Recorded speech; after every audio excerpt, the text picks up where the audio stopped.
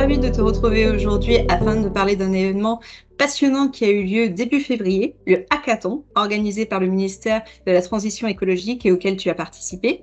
Est-ce que tu peux me dire un peu plus sur cet événement qui a eu lieu?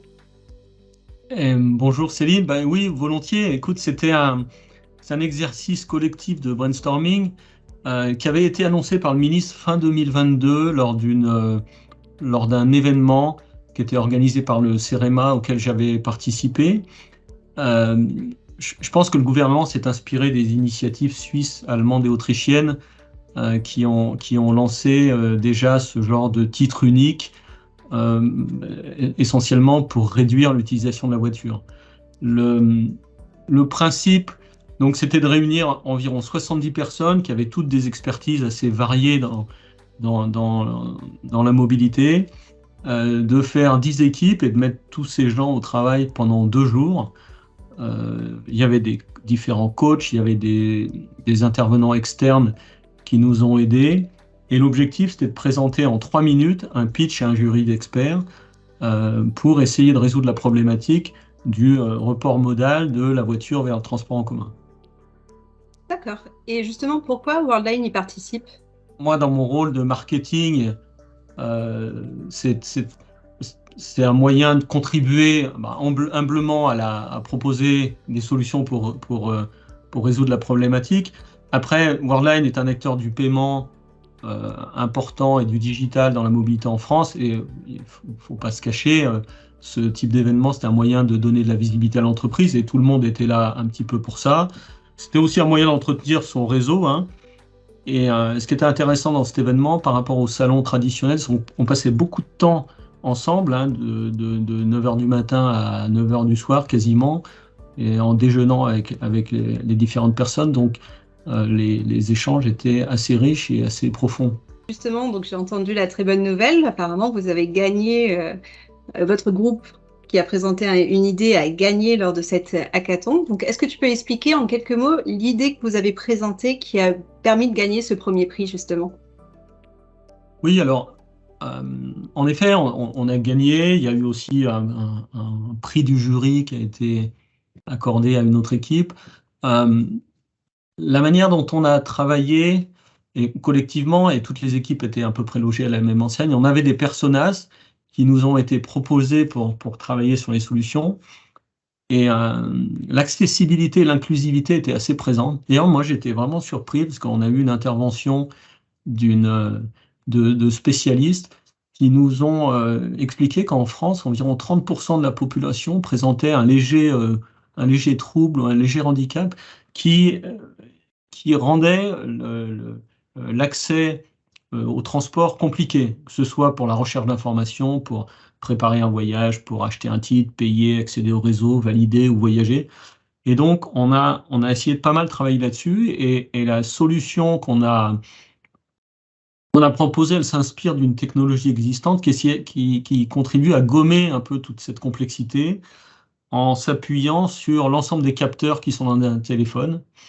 À savoir qu'un capteur, il a aujourd'hui quasiment un téléphone, pardon, il a une dizaine de capteurs qui permettent de détecter automatiquement le mode de transport dans lequel on est, en fonction de l'accélération, en fonction de la vibration, en fonction de la vitesse.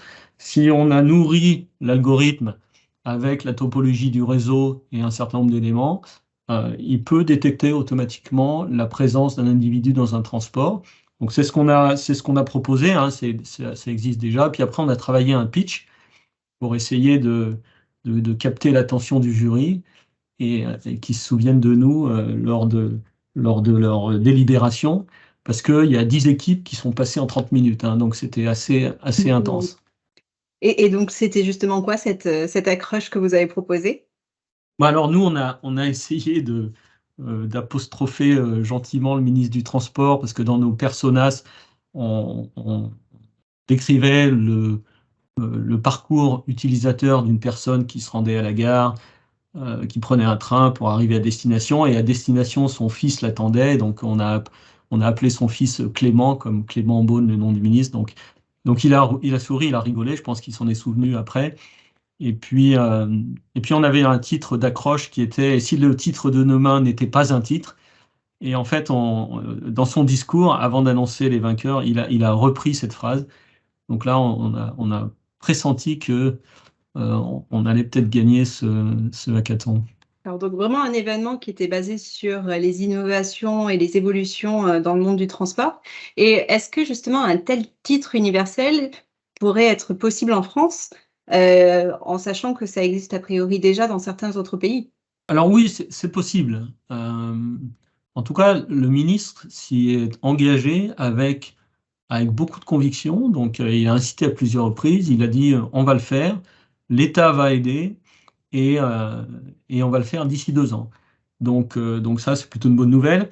Bon, après, ce sujet-là, il est largement inspiré des initiatives, hein, qu'on a vues en Suisse avec le Swiss Pass, en Autriche avec le Climate Ticket et avec le billet à 9 euros euh, développé l'été dernier en Allemagne et qui sera relancé cette année sous une forme un peu différente. Enfin, il faut quand même savoir que ces pays ont des caractéristiques dans leur réseau de transport qui sont assez différentes des nôtres. Bon, déjà pour l'Autriche et la Suisse, ce sont des pays beaucoup plus petits.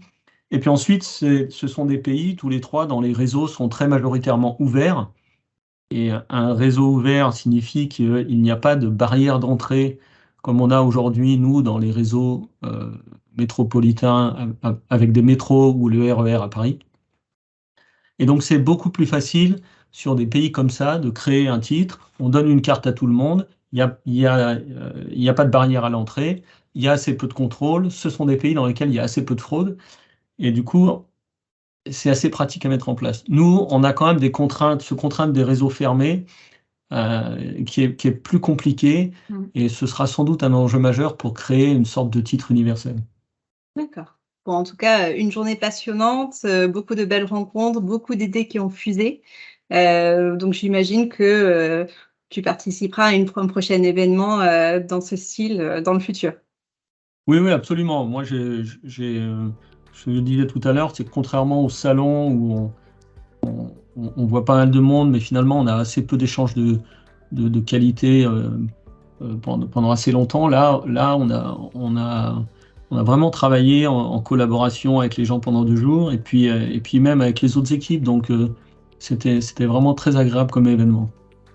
D'accord. Bah, merci beaucoup Pierre pour ce récapitulatif de cet événement et il me semble qu'on peut découvrir, l'ensemble de l'événement, sur une vidéo YouTube qu'on mettra, en lien sur cette vidéo, et j'espère, bah, à très bientôt pour un prochain sujet. Merci Merci, beaucoup. merci Céline, à bientôt.